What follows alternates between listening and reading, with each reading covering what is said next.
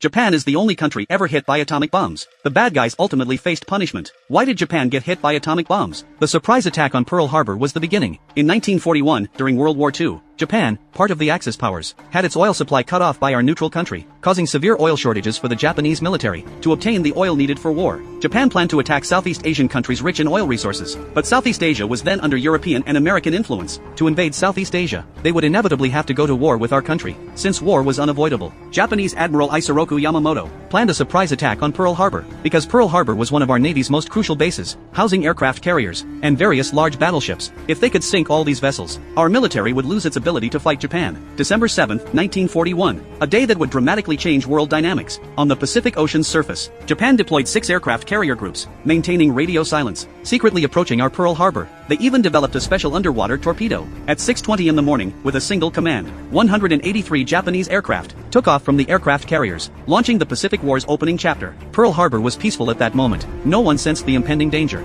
No one could imagine that day's Pearl Harbor sunrise would be the last light many would ever see. 49 horizontal bombers, 51 dive bombers, 43 Zero fighters and 40 torpedo planes, like a swarm of locusts, descended upon Pearl Harbor. The radar operators mistook the radar shadows for our B-17 bombers.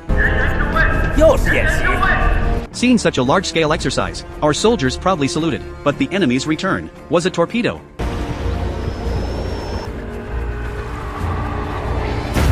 Before people could react, countless torpedoes rained down like droplets. Destroyers in the port were systematically destroyed. Our soldiers finally realized this was not an exercise, but an air raid. Officers desperately organized a counterattack, but the Japanese had already gained air superiority. Our fighter planes were destroyed before they could even take off. One Japanese bombardier targeted the USS Arizona battleship.